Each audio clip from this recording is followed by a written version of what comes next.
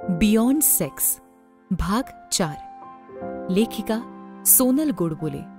प्रकाशक चेतक बुक्स. निवेदिका श्वेता कुलकर्णी. 4 दिवसात समीरची पण सगळी तयारी करायची, त्याला सोबत खायलाही द्यायला हवं. याच विचारात तिचा डोळा लागला. जाग आली ती उठी उठी गोपाळा या स्वरांनी. समीरलाही संगीताची प्रचंड आवड. सकाळी उठल्या उठल्या तो भक्तिगीतं भावगीतं लावायचा आणि तो संपूर्ण दिवस मस्त जायचा. मीराने शॉवर घेऊन कामाला सुरुवात केली. काम करताना तिच्या डोक्यात तिची कादंबरी, तिच्या फॅन्ससाठी कविता लिहिणं, समीरची लंडनला जायची तयारी अशा सगळ्या गोष्टी होत्या. बोका माऊची 9वीची परीक्षा सुरू होती. 10वीत जाणार होते दोघंही, म्हणजे अजून एक शिंग फुटणार होतं. पेपरला बसताना सुद्धा ते दोघं एकमेकांना खास शैलीत ऑल द बेस्ट देऊन पेपरला सुरुवात करायचे. एकदा तर पेपर लिहित असताना त्याने तिला चिठ्ठी दिली. शिक्षकांना वाटलं तो कॉपी पुरवतोय. त्यांनी ती चिठ्ठी मागून घेतली आणि खुर्चीत जाऊन वाचायला सुरुवात केली. लव्ह यू माऊ, पेपर संपल्यावर भेटून जा, हे शिक्षकांनी सगळ्यांना मोठ्याने वाचून दाखवलं. हातातला पेपर सोडून संपूर्ण वर्ग जोर जोरात हसायला लागला आणि अशा रीतीने यांचं प्रेम प्रकरण वर्गाला पर्यायाने शाळेला समजलं. दोघेही स्कॉलर विद्यार्थ्यांमध्ये गणले जात होते, पण आता हीर रांझा या नावाने प्रसिद्ध झाले. पेपर संपल्यावर उन्हाळी सुट्टी, तीही चांगली 2 महिने. आता या सुट्टीत ही जोडी कशी एकमेकांना भेटते पाहू.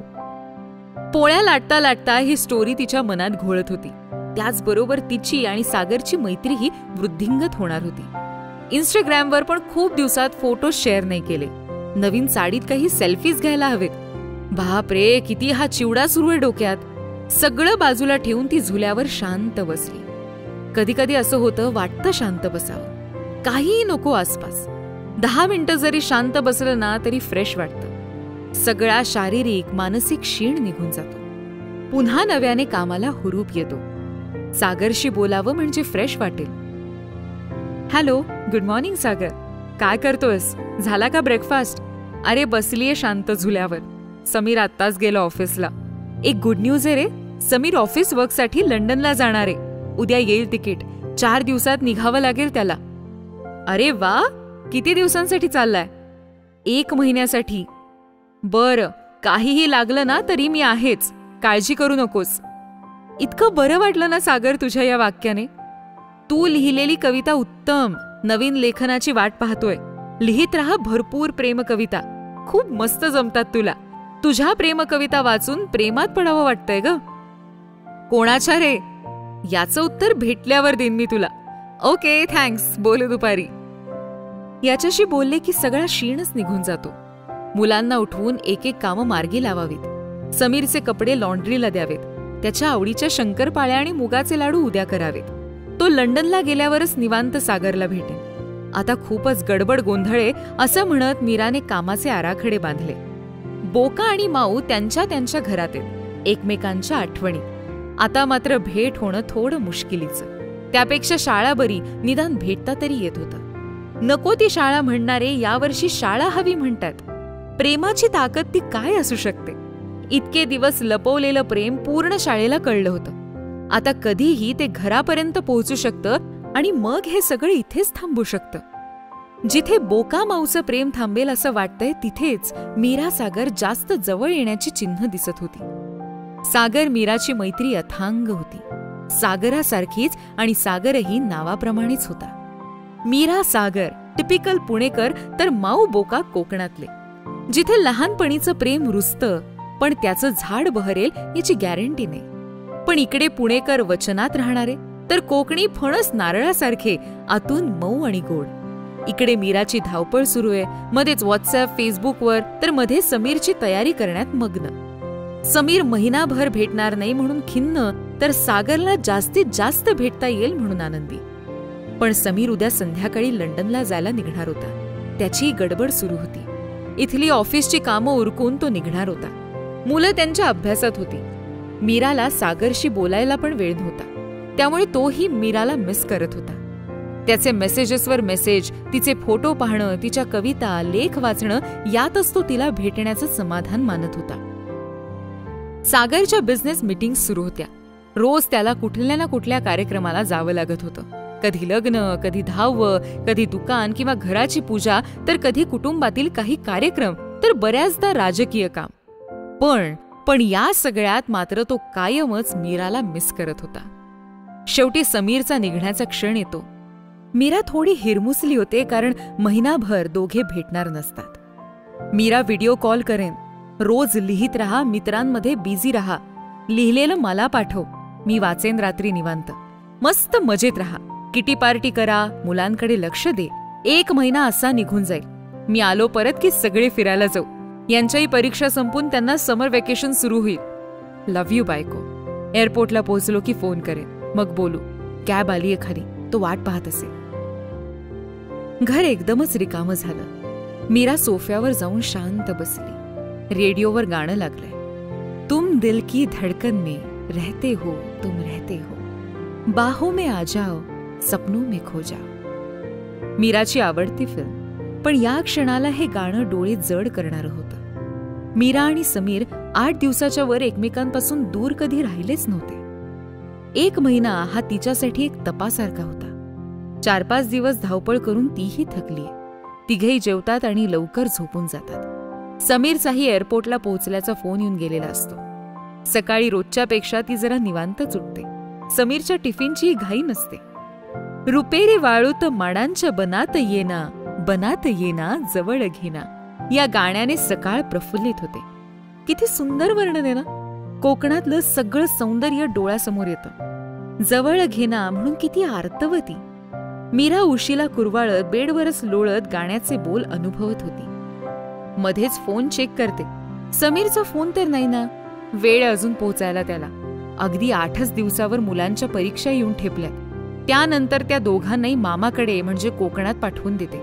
तिथे मुलांसोबत मोकळ्या हवेत खेळतील. शिवाय आईबाबांना पण बरं वाटेल. समीर आला की मग दोघे जाऊ त्यांना घ्यायला. आंबे, काजू, फणसाचा हा सीझन पण मुलं एन्जॉय करतील. त्यांची लाडकी मामी आहेच तिकडे त्यांची काळजी घ्यायला. आजपासून त्यांच्या अभ्यासाकडे लक्ष द्यायला हवं. 4 दिवसात सागरशी बोलणं नाही, त्यालाही फोन करायला हवाय. तोही वाट पाहत असेल माझ्या फोनची. हॅलो सागर. अगं मीरा, किती वाट पाहिली ग तुझी 4 दिवस. खूपच मिस केलं तुला. समीरचा फोन येऊन गेला का? पोचला ना तो नीट? धडाधड त्याचे प्रश्न सुरू झाले. त्याच्या बोलण्यातून तो मीराला किती मिस करतोय हे कळतंय. आता फ्री झालीयस ना, मग कधी भेटतीयस? आज जायचं का डिनरला? डिनर नको, पण कॉफीला नक्की भेटू. चालेल ना रे? बरं चालेल, तू भेट फक्त. ये कोथरूडलाच, मग घरापाशी भेटू. चल मग 5 वाजता भेटू, तेव्हा बोलू. मीराने मुलांना उठवून अभ्यासाला बसवलं. टाइम टेबल आलंय शाळेतून आणि उद्या पेरेंट्स टीचर मीटिंग पण आहे. नेहमीसारखेच मार्क्स हवेत यावर्षी पण.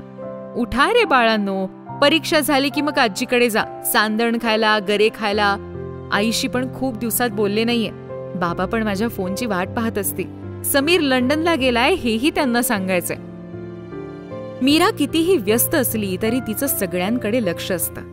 मग मित्रमैत्रिणींचे वाढदिवस, नात्यातील लोकांच्या मॅरेज अॅनिव्हर्सरीज, सगळंच कशाचीही अपेक्षा न करता.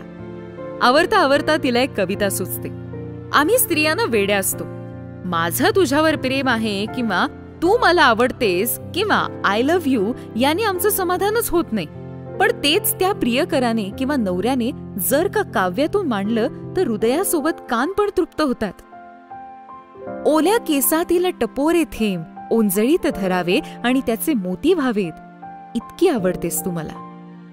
ओल्या साडीतील तुझं सौंदर्य निहाळताना मी नकळत कवी बनतो, इतकी आवडतेस तू मला. तुझ्या टपोऱ्या डोळ्यातून सांडणारे मोती पाहिले ना की या दगडालाही पाजर फुटतो, इतकी आवडतेस तू मला. जितक्या वेळा तुझ्या कविता वाचतो ना तितक्याच वेळा तुझ्या नव्याने प्रेमात पडतो, इतकी आवडतेस तू मला.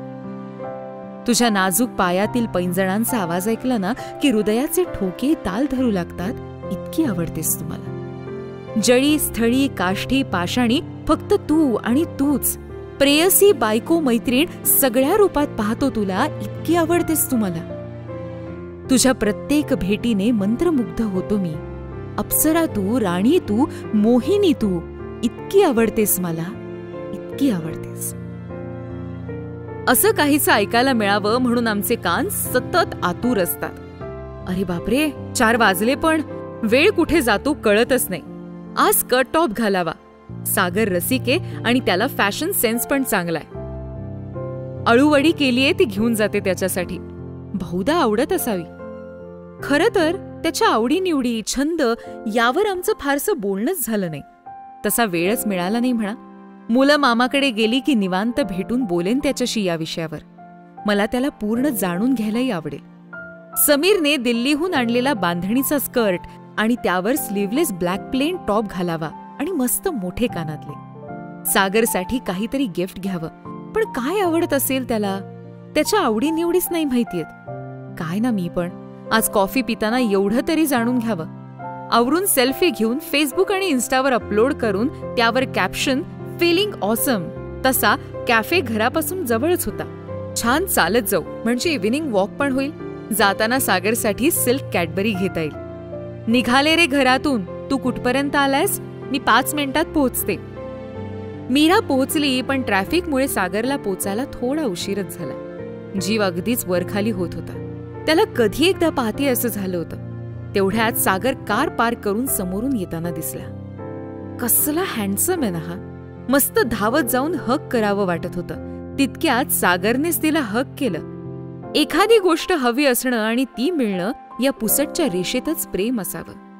तो परमोच्च क्षण कशातही न व्यक्त होणारा पास झालेला करंट हा प्रेमाचा होता.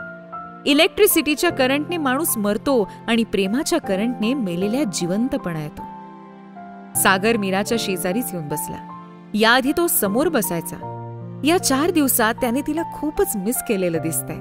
त्याने त्याचा हात मीराच्या हातावर ठेवला आणि काव्यातून व्यक्त होणारी मीरा लव्ह यू या 2 शब्दात व्यक्त झाली. तिच्याही नकळत ते तिच्याकडून होऊन गेले. हेच तर प्रेम ना. मीरा, पुन्हा एकदा म्हण ना, मला ऐकायला आवडेल ग.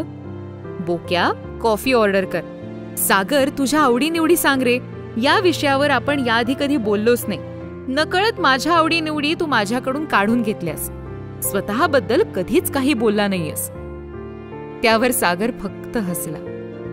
मला आवडणारं सगळ्यात सुंदर गिफ्ट तर माझ्या जवळच आहे की. देवाने एक पॅकेज करून पाठवलंय माझ्यासाठी. तो म्हणाला, असे 10 वेळा 10 गोष्टी मागू नकोस. बोक्या, फिल्मी नको. अगदी मनापासून सांगतोय ग. घे, कॉफी घे. सांगेन की निवांत. कॉफीवरील फेसाने जमा झालेलं हार्ट पाहून रसिक मीराचं मन चारोळ्यात गेलं. तेथील टिश्यू पेपरवरच चारोळी दिमाखात बसली. गोडवा कडवट कॉफीचा फेसाळणाऱ्या हृदयात. असावास असाच जवळ घेऊन हात सतत हातात. चारोळी लिहिणारा हात आणि त्यातील जादू.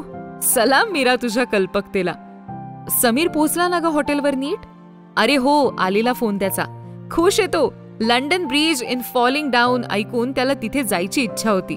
शेवटी योग आलाच. अगं, मी एकदाही भारताबाहेर गेलो नाही. सगळ्या कामाच्या व्यापातून मला बाहेर पडताच आलं नाही. बाली, फुकेतला खूप छान समुद्रकिनारेत असं ऐकलंय. तू गेलीस का ग तिकडे? नाही ना रे. मी अमेरिका, स्वित्झर्लंड, पॅरिस हे पाहिलंय. मीरा, आपण जायचं का ग? Wow, great idea. जाऊ नक्कीच. समुद्रात डुंबायला मलाही फार आवडतं. आता पुढच्या आठवड्यात मुलांच्या परीक्षा आहेत. त्या संपल्या की त्यांना मामाकडे पाठवून देणार आहे. माझ्या भावाची कोकणात आंब्याची बाग आहे रे. घरचे आंबे, काजू, फणस असतात. मुलं एन्जॉय करतील. तसं त्यांना मी दरवर्षीच पाठवते तिकडे. आई बाबा पण खुश होतात. आजी आजोबांचे संस्कार होतात ना मुलांवर. कोकणातल्या मोकळ्या स्वच्छ हवेत तिथला मेवा खात त्यांना आमची आठवण पण येत नाही. भाऊ येणारे त्यांना घ्यायला. मग त्यानंतर आपण निवांत भेटू. चालेल ना? आता पुन्हा 1 आठवडा. काय ग तू Meera? But it's okay Meera. कुटुंब महत्वाचं. फोनवर बोलूच, व्हॉट्सअप आहेच. निघायचं का रे? ते दोघेच घरी आहेत. डिनर रेडी करायचंय मला. घरी गेलो ना की खूप मिस करतो ग मी तुला. आय नो सागर, मलाही तुझी खूप आठवण येते. पुढच्या आठवड्यात माझ्याकडे डिनरला ये. येशील ना रे? हो हो, का नाही, येईन की. तुझ्या हातचं खायला मिळणार असेल तर आत्तापासून उपवास करतो. दोघेही हसतात. सागर मीराला घरी सोडून पुन्हा आठवड्यावर मीरा भेटणार नाही या विचारात निघतो. सागरला भेटण्याच्या आठवणीत मुलांना जेवायला देऊन समीरचे मेसेजेस चेक करते. तो ठीक आहे हे वाचून ती कादंबरी लिहायला बसते. बोका आणि माऊला सुट्टी लागून जवळपास महिना लोटला. बोक्याचा व्हॉट्सअपवर मेसेज, मैत्रिणीकडे जाते सांगून भेट ना ग, थोडा वेळ तरी. अजून शाळा सुरू व्हायला 1 महिना आहे. पाहते घरी कसा मूड आहे सगळ्यांचा, त्यापेक्षा ताईलाच पटवते. ती सांगेल आईला. तीही असंच काहीसं सांगून तिच्या मित्राला भेटतेच. बोका आनंदाने नाचायला लागतो. त्याची माऊ त्याला 1 महिन्याने दिसणार असते. त्या 1 महिन्यात मिशी वाढलीये, थोडी दाढी पण यायला लागलीये. त्याचप्रमाणे तिच्याही शरीरात बदल दिसायला लागलेत. तिला पहिल्यांदाच मेन्सेस सुरू झालेत. त्यामुळे ती एकदम मोठी झाल्यासारखी वागतीये, बालपण संपून गेल्यासारखं. छातीवर बदल दिसायला लागले. प्रेम काय असतं याची ग्वाही शरीर देऊ लागले. त्यामुळे ताई आणि आई तिला थोडीच एकटी बाहेर जाऊ देणार होते. ताईचा मित्र तिला माहीत असल्याने कदाचित सेटिंग लागू शकते. जवळच असलेल्या मंदिरापाशी भेटायचं ठरतं. मला एक कळत नाही, सगळी कपल्स ही मंदिराजवळच का भेटत असावी? सगळे नायक नायिका सारखेच. तसेच माझ्या कादंबरीतले पण. शेवटी काय तर तुमचं आमचं सेम असतं. बोका मंदिराजवळ तिची वाट पाहत असतो. बराच वेळ होतो तरी त्याची माऊ कुठे दिसतच नाही. अंधार होत असताना माऊ दुरून येताना दिसते. पंजाबी ड्रेस, त्यावर ओढणी, एकदम वेगळीच दिसतीये ही. चायला आता काय बोलू हिच्याशी? 2 वेण्यातली शाळेतली माऊ मस्त केस मोकळे सोडून आली होती. फार सुंदर दिसत होती. ती समोर येताच तिला विचारतो, नोट्स आणल्यास का? ती जोर जोरात हसते. कसल्या नोट्स रे? तिलाही काय बोलावं सुचेना. तुला दाढी यायला लागलीये? अय्या, तू पण वेगळीच दिसतीयस. मी शहाणी झाली आता. आणि लाजून निघून जाते. शहाणी होणं म्हणजे काय आणि ही लाजून का पळाली असेल याच विचारात तो घरी जातो. गुगलवर टाकतो मीनिंग ऑफ शहाणी होणे. तिथेही काही सापडत नाही. आता कोणाला विचारायचं? ही दरवेळीने एक कोडं घालते आणि निघून जाते. मित्राला विचारलं तर तो म्हणतो, पोरी गंडवतात आपल्याला. कितीही कोवळं आणि निरागस प्रेम ते. हे लिहित असताना सागरने केलेलं हक तिला आठवलं. आमच्या प्रेमातही मॅच्युरिटी असली तरी सागर पण निरागस आहे. आणि मी काय वेडीनं त्याला लव्ह यू म्हटलं. काय वाटलं असेल ना त्याला? त्याच विचारात असताना समीरचा फोन येतो. मीरा, आठवण येते तुमची. मुलं काय करतायत? अगं छान आहे लंडन. नेक्स्ट इयर समर वेकेशनला इकडेच येऊ आपण. त्यांचा अभ्यास सुरू आहे आणि मी कादंबरी लिहितेय. आम्हालाही तुझी आठवण येते रे. नीट रहा, काळजी घे. Love you. या समीरच्या शब्दाने झोप लागली आणि सकाळ झाली ती कोकिळच्या कुहू कुहू गाण्याने. या कुहू कुहू आवाजात काय बरं गात असेल तो? कोकिळा नाही तर कोकिळ गातो. कमाल आहे ना निसर्गाची. प्रेयसीला साथ घालत असेल तो बहुधा. स्वच्छ सूर्यप्रकाश नवीन उमेद घेऊन बेडरूमच्या खिडकीतून डोकावतोय. कोवळवून घ्यावं म्हणून तिने पडदा बाजूला सरकवला. किती नशीबवान आहे रे मी. तूही सगळ्यात आधी माझ्या बेडरूममध्ये. रेडिओवर भावगीतं लागलीत. सुख यापेक्षा वेगळं काय असावं ना? मुलंही अभ्यासाला उठलीत. या दोघांनीही मला कधी त्रास दिला नाही. परीक्षेच्या वेळी आपणच गजर लावून उठणार. कॉफी घेऊन मुलांच्या रूममध्ये जाते. दोघेही अभ्यास करत असतात. त्यांच्यासाठी बोनविटा आणि बदाम नेऊन देते. उद्या पहिला पेपर. झालाय ना रे अभ्यास? समीरला जाऊन पण 15 दिवस होत आले. मुलांच्याही परीक्षा संपल्या. त्यांच्या मामासोबत मुलं कोकणात गेली. मीरालाही हा एकांत आणि एकटेपणा हवा होता. तिलाही स्वतःला शोधायचं होतं. स्वतःसाठी जगायचं होतं. तिच्या आयुष्यातील राहिलेल्या काही गोष्टी तिला करायच्या होत्या. ती खुश होती. कधीही झोपा, कधीही उठा, हवं ते करा आणि खा. कधी कधी प्रत्येकालाच ही स्पेस हवी असते. ही ऐन 40शीत मिळाली तर सोने पे सुहागा. तिचं लिखाण, मूव्ही पाहणं, हिंडणं फिरणं, शॉपिंग, ट्रेकिंग, मित्रमैत्रिणींसोबत नाईट आऊट, नाईट क्लब, अशी भली मोठी लिस्ट. घरात कोणी नसल्याने ती निवांत या सगळ्याचा आस्वाद घेऊ शकणार होती. आता तर सागरसारखा चार्मिंग मित्र तिला भेटलाय. तिने समीरला सांगून टाकलं, पुढचे 15 दिवस मी मला हवं तसं जगणार आहे. I need space. तिच्या मैत्रिणींच्या चावड ग्रुपवर I am alone at home असा मेसेजही गेला. त्यामुळे त्यांनी नेहमीप्रमाणे तिची खेचायलाही सुरुवात केली. तरी सागरबद्दल त्यांना अजून काहीच माहीत नव्हतं. त्यांनी किटी पार्टीचा बेट ठरवला, पण त्याआधी तिला सागरला घरी डिनरला इन्व्हाइट करायचं होतं. त्याबाबत सागरशी तिचं बोलणंही झालं होतं. मीराच्या हातचं प्रेमाने केलेलं जेवायला मिळणार म्हणून सागरही खुश होता. डिनरचा प्लॅन तिच्या डोक्यात सुरू झाला. ड्रिंकमध्ये त्याला काही आवडेल का? पार्टीत तरी त्याने ड्रिंक घेतले नव्हते. व्हेज आवडेल की नॉनव्हेज? खूप काही यावर चर्चा कधीच केली नाही. त्याला खास काही खायचं असेल तर सरळ फोन करूनच विचारावं. हॅलो सागर, डिनरचं लक्षात आहे ना? आणि तुला खास काही खायचं असेल तर सांग ना, व्हाईट वाईन आहे घरी, घेशील ना थोडी? अगं हो, गंमत म्हणून थोडीशी घेईन ग. आमच्याकडे पण असंच असतं, ड्रिंक नॉनव्हेज याचे शौकीन नाहीत कोणी. कंपनी आणि मूड यानुसारच सगळं चालतं. व्हेजच करते मी, कारण नॉनव्हेज फार नाही चांगलं जमत मला. मीरा, तुला जे जमेल ते कर ग, मला तुझ्या सोबत राहायचंय. इतकी सुंदर कवयित्री, प्रेमळ स्वभाव, तिला स्वयंपाकही उत्तमच करता येत असणार. जे खाऊ घालशील ते प्रेमाने आणि आनंदाने खाईन. भेटूच उद्या, खूप गप्पा मारू, जाणून घेऊ एकमेकांना. समीरलाही सांगून झालं सागर जेवायला येणार आहे. दुसरा दिवस उजाडला तो सागर जेवायला येणार या प्लॅनिंगनेच. गुलाबजाम करते स्वीट डिश म्हणून. वाईन सोबत चीज चिली टोस्ट, कुर्मापुरी, पुलाव नक्की आवडेल त्याला. या सगळ्यात समीर आणि मुलांना ती नक्कीच मिस करणार होती. सगळं रेडी करून सागरने दिलेल्या साडीतील एक साडी नेसायचा प्लॅन झाला. पूर्ण घर स्वच्छ झालं. झुल्या शेजारीच चाफ्याचं झाड होतं, त्यावर स्प्रे करून झाड फ्रेश केलं. सोफ्यावरचे पिलो कव्हर्स बदलले. टेरेसवर छानशी गोड अशी तिची सखी म्हणजे तुळस तिच्याशी रोजच्या प्रमाणे गप्पा मारून झाल्या. सागर जेवायला येणार हेही तिच्या कानात सांगून झालं. मीरा घरात नसताना तिची ही सखी म्हणजे तुळस तिचं घर सांभाळते. इतकं जपलंय तिने सगळ्यांना. टीव्हीच्या उजव्या बाजूला पांढऱ्या शुभ्र कपड्यात मीरेचा स्टॅच्यू आहे. तो पुतळा म्हणजे तिची प्रतिकृती जणू. कोणीही घरात आलं या दोन्ही मीराकडे पाहून सगळं टेन्शन आणि ताण विसरतात. ही पण मीरा त्या मीरेप्रमाणे शांत, सोज्वळ आणि प्रेमळही. एकीचं श्रीकृष्णावर प्रचंड प्रेम, तर हिचं संपूर्ण जगावर.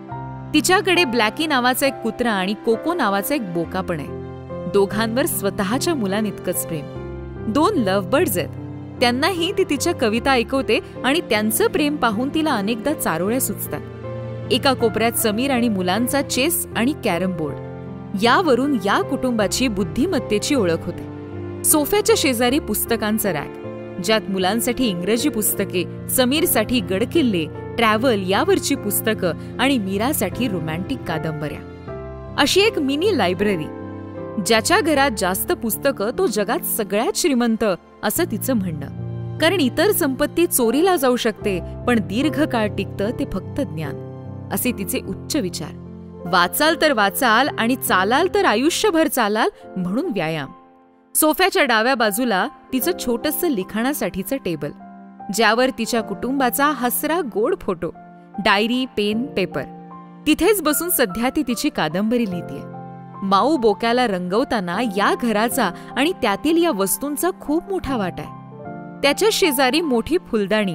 फुलांना पाहत त्यांच्या रंगात, रूपात, गंधात सामावून लिहिताना एक वेगळीच एनर्जी मिळते. फुलदाणीच्या शेजारील भिंतीवर तिचा पेंट केलेला फोटो, जो एका चाहत्याने तिला गिफ्ट केला होता.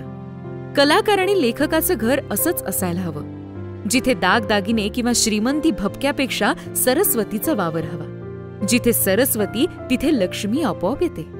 बेडरूम मस्त प्रशस्त, फिक्कट गुलाबी रंगाने सजवलेले, जिथे मीरा समीरचं प्रेम बहरतं, फुलतं आणि त्या प्रेमाचा सुगंध तेथील प्रत्येक वस्तूला आणि त्या भिंतींनाही.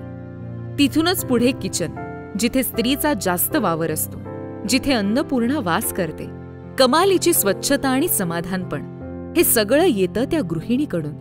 घरची लक्ष्मी समाधानी आणि सकारात्मक असली की त्या वास्तूला कशाचीच कधी कमी पडत नाही. मुलांच्या बेडरूममध्ये त्यांचे टेडी, कार, बाहुली, पुस्तकं आणि लाईट ग्रीन कलरचे कर्टन आणि बोलक्या भिंती मुलांसारख्याच. सगळं तिने फार विचार करून सजवलेलं. स्वतःच्या बेडरूममध्ये मोठा आरसा आणि त्याच्या शेजारीच तिचं ज्वेलरी कलेक्शन, मेकअप किट, शेजारी वॉर्डरोब. आपलं हे छोटं घर सागरला आवडेल ना? मस्त दंग होऊन तिचं घर आवरणं सुरू होतं. यात दिवस कुठे गेला कळलंच नाही. लेमन कलर साडी, त्यावर डिझायनर सिंपल काळं स्लीवलेस ब्लाउज असा प्लॅन. मध्येच मुलं आणि समीर यांच्याशी बोलणं सुरू होतं. आजची ही संध्याकाळ फक्त सागरला द्यायची. रूम फ्रेशनर मारून स्वतः आवरून तयार झाली. मरून कलर लिपस्टिक आणि कानातले, कमालीची सुंदरता आणि लावण्य. सेल्फी एवाना इन्स्टावर पोहोचला. पण सागरचा मेसेज होता, निघालोय ग. त्याच्यासाठी आणलेला डिओ आणि गुलाबाचं फूल समोर ठेवलं. इतक्यात बेल वाजली. समोर सागर उभा. Welcome welcome. थँक्स मीरा. किती सुंदर दिसतेस ग. त्या दिवशी ही साडी इतकी छान नव्हती वाटली, पण आज तुझ्यावरती अजूनच खुलून दिसतीये.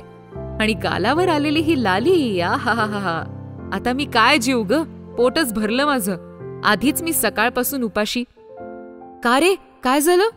अगं गंमत करतोय तुझी. तुझ्याकडे जेवायला यायचं म्हणून दिवसभर उपास केला. बस रे, रिलॅक्स, मग बोलू. काही काय विनोद करतोस आणि आलेच पाणी घेऊन. सागरची नजर संपूर्ण घरावर, त्यातील कल्पकतेवर आणि स्वच्छतेवर भिरभिरीत होती. घर पण तुझ्यासारखंच ठेवलंस. Very creative and clean. Meera, this is for you, a small gift. उघडून पाहते तर हार्ट शेपचे डायमंड इयररिंग असतात. ओ माय गॉड, खूपच सुंदर. पण एवढं महागडं गिफ्ट कशाला आणलंस? तुझ्या सौंदर्यापुढे हे गिफ्ट काहीच नाहीये मीरा. घाल ना कानात. ती आरशासमोर उभी राहून कानात घालत असताना सागर मागे उभा राहून तिला निहाळतोय.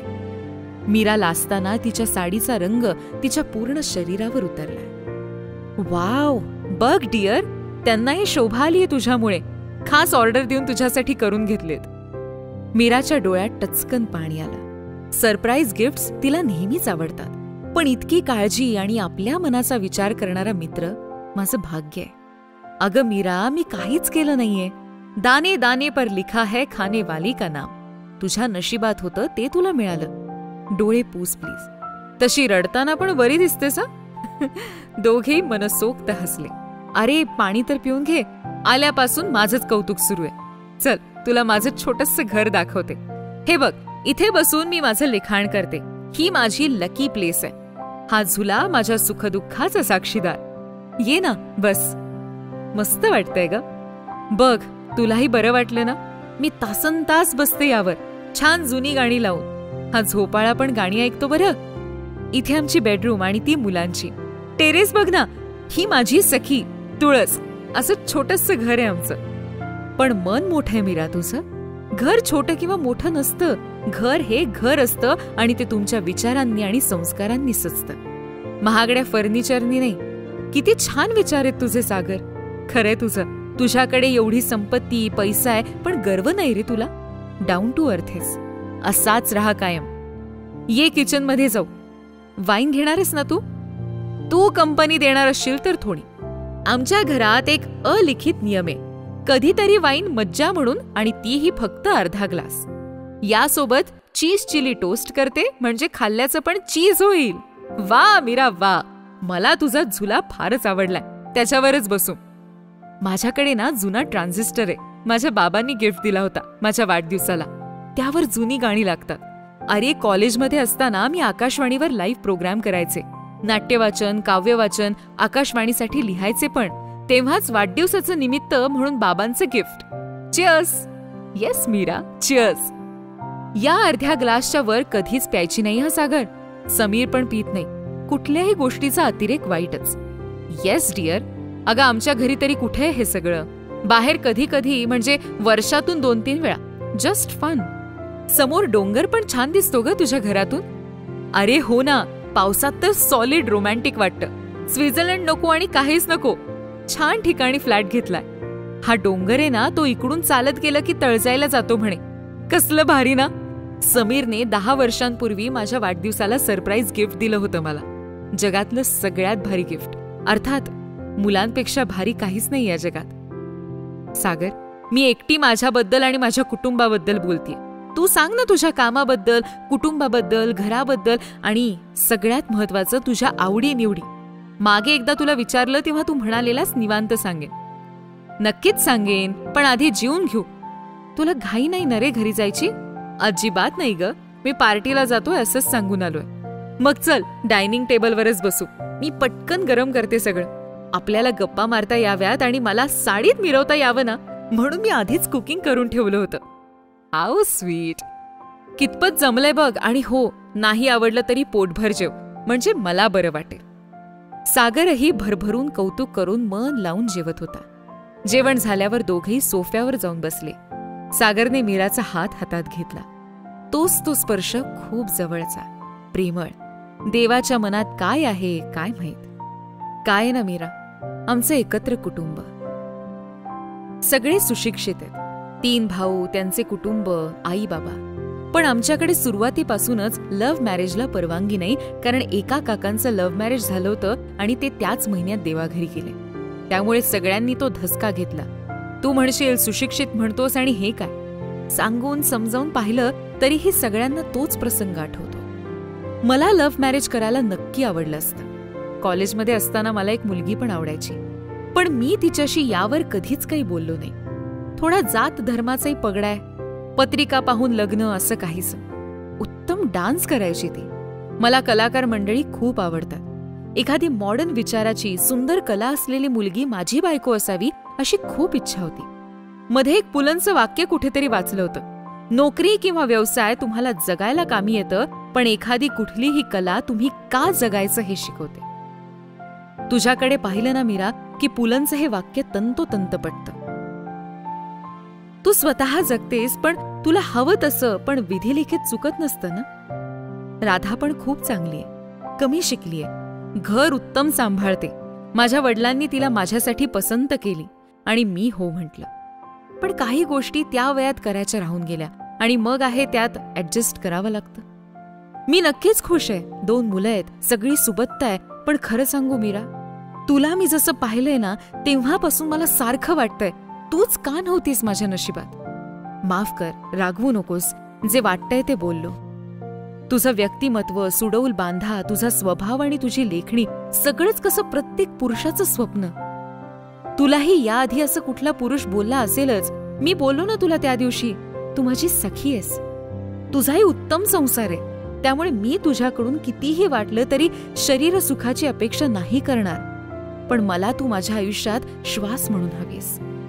तुझा आणि माझा संसार कुठेही न हडबडता. तू आरामात विचार कर यावर.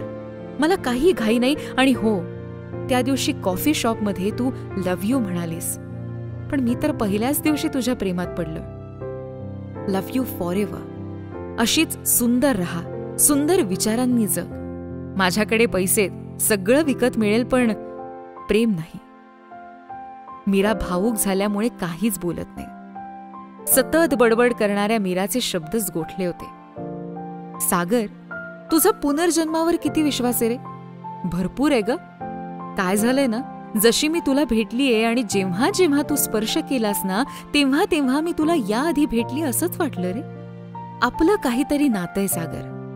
मीरा, अगं हो, मलाही हे जाणवलं आणि म्हणूनच आपण भेटलो असू रे.